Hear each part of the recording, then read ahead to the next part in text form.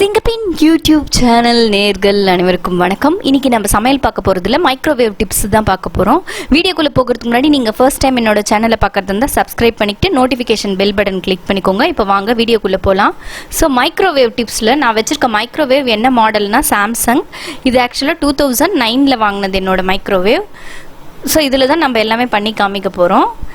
இதில் நல்ல லைஃப் வருது. ஒரே டைம் தான் சர்வீஸ்க்கு போயிருக்கு இது வரைக்கும். ஸோ ஃபஸ்ட்டு டிப்பு பாருங்கள், பூண்டு ஈஸியாக உரிக்கிறதுக்கு ஒரு முழு பூண்டையும் மைக்ரோவேவில் வச்சு மைக்ரோவேவ் ஹையில் 30 செகண்ட்ஸ் வச்சுடுங்க. ஸோ நார்மலாக ஸ்டார்ட் பண்ணாலே மைக்ரோவேவ் ஹை வந்து 30 செகண்ட்ஸ்க்கு வரும். டைம் முடிஞ்சிடும், கொஞ்ச நேரத்தில் டைம் முடிஞ்சிடுச்சு. இப்போ நம்ம எடுத்து கொஞ்ச நேரம் ஆற விட்டுட்ட பிறகு பூண்டை உரிக்கணும். அப்படியே தொடக்கூடாது, சூடாக இருக்கும் பூண்டு.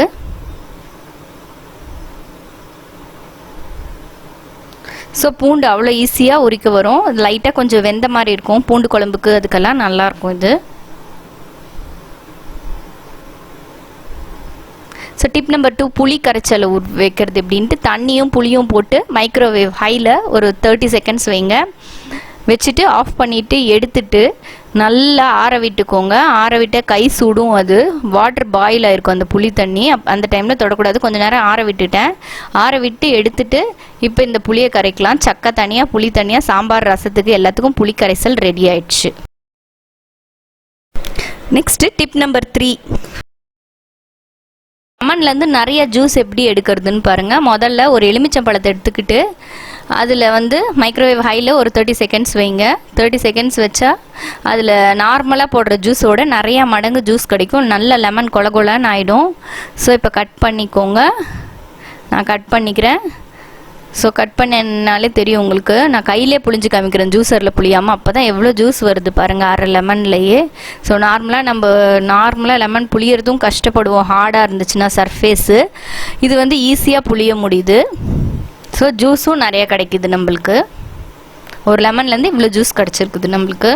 ஸோ நெக்ஸ்ட்டு டிப்பு பாருங்கள், அப்பளம். ஸோ இந்த அப்பளத்தை வந்து எண்ணெயே இல்லாமல் இந்த மைக்ரோவேவில் பொரிக்கலாம். இதுக்கு 60 செகண்ட்ஸ் வைக்கணும்.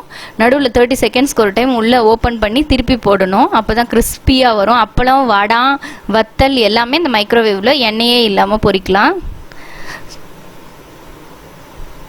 ஸோ நல்ல கிறிஸ்பியான அப்பளம் ரெடி ஆயிடுச்சு.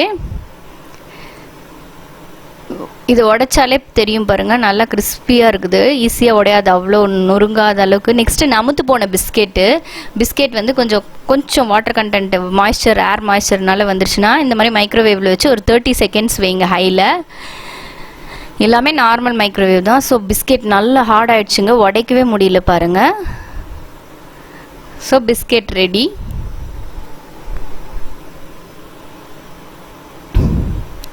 நெக்ஸ்ட்டு டிப்பு, தக்காளியிலேருந்து டொமேட்டோ பியூரி எடுக்கிறது எப்படின்னு பார்க்கலாம். ஸோ இது வச்சுட்டு 1 மினிட், டோட்டலாக 1 மினிட் வைக்கணும் மைக்ரோவேவில். நம்ம நார்மலாக 30 செகண்ட்ஸ் வைப்போம், 60 செகண்ட்ஸு. 1 மினிட் கழிச்சு தக்காளி அப்படி ஆகிடும்.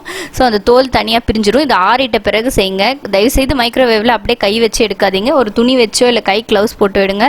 ஸோ இந்த தோலெல்லாம் உரிச்சிட்டேன். இப்படி நல்லா ஒரு ஸ்பூனில் மேஷ் பண்ணிக்கலாம். இது வந்து நம்ம கிரேவிக்கு போட்டுக்கலாம், இல்லை தக்காளி குழம்புக்கு போட்டுக்கலாம், இல்லை நார்மலாக நம்ம ப்ரெட்டுக்கு செய்கிற இன்ஸ்டன்ட் சட்னிக்கு யூஸ் பண்ணிக்கலாம்.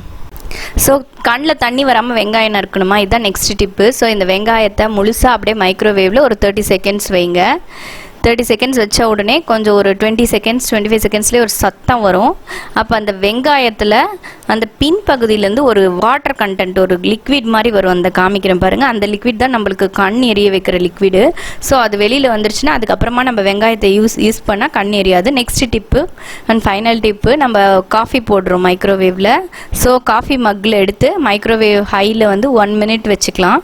ஸோ சில்லுன்னு இருந்தால், கொஞ்சம் ஹாட்டாக இருந்தால் 30 செகண்ட்ஸ் வச்சுக்கலாம் பால். ஸோ மைக்ரோவேவ் பண்ண அந்த பாலை ஆல்ரெடி வச்சுருக்க டிகாஷனோடு சேர்த்திக்கலாம். ஸோ சர்க்கரை சேர்த்திக்கிறேன். இப்போ இந்த பால் ஊற்றிக்கிறேன். இந்த காஃபி மக்கில் இருக்க பாலும் ஊற்றிக்கிறேன்.